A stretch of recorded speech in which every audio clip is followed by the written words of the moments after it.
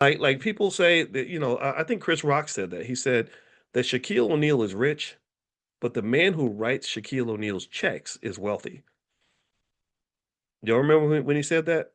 So, so, so if you really want to understand just what it means to be an economic god in a capitalist society, you got to go into the owner's suite a little bit, and you got to say, "Damn, like why would you write a check that big?" Because this is another layer of economic consciousness that's extremely important that I think could be further developed.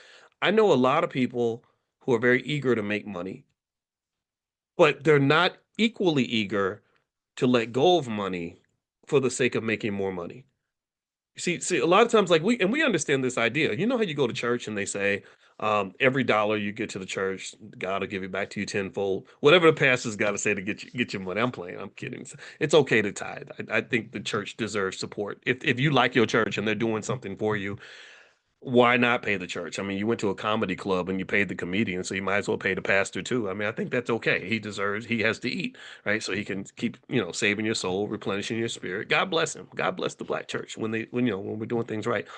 Um, but here's the thing, right? Investing's kind of the same way. There are people who are only thinking about one side of the deal. And this is really what you might call the paycheck mentality. They're thinking, if I work really hard and if I create something, then you should give me a check. You should pay me for what I create. My best pathway for building wealth is to take the money I receive and hold on to it so that that money can be sustained and grow. Like that's my best economic model. But then there are people who go kind of the next step, who say, no, the best way for me to have money is not for me to hold on to every penny I get. It's for me to reinvest that money by letting go of that money under the assumption that that some percentage of that money, or maybe more than the amount I gave away, is going to come back to me. Do you understand? That's the investor mentality. So the first mentality, which is fine, which is good, it's a good start, is the saver mentality, the hoarder. Like I make money, I'm hoarding the money, therefore I have money because I've held on to my money. That's good. That's better than being a spender. I know people that let go of money and don't save nothing, right? So level zero, economic immaturity is when you get money and you spend money. The next level, maybe when you're like an economic teenager, is when you get money and you hoard money.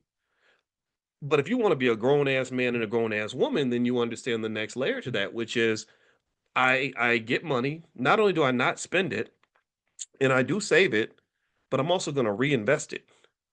I'm going to let go of it. And here's the thing that's interesting. This was something that freaked me out when I figured it out. A lot of people don't get that. They don't understand that. And you'd be amazed how many people I meet who have a great business idea, who are working really hard on their business, but are unwilling to invest money into growing that business. Like you say, okay, you got a great product, it's a great idea. Well, what's your marketing budget? Well, I haven't thought about that. Well, how are people going to know about your products if you don't have a market? Most corporations have a marketing budget. You know that they're letting go of lots of money. And the bigger you get, the more money you make, the more you have to spend. If I showed you how much money I spend on a weekly or monthly basis, you would think that I was a rapper. You a little young Boise B. You would think I was in the strip club making it rain on everybody in the Gucci store. You would look at my credit card bill and say, "What the hell are you doing?" I'm making investments. I'm making investments. I have to learn to give as much as I receive because that is the global economic rule of reciprocity. That is basically that your money should be a boomerang, not a slingshot, right?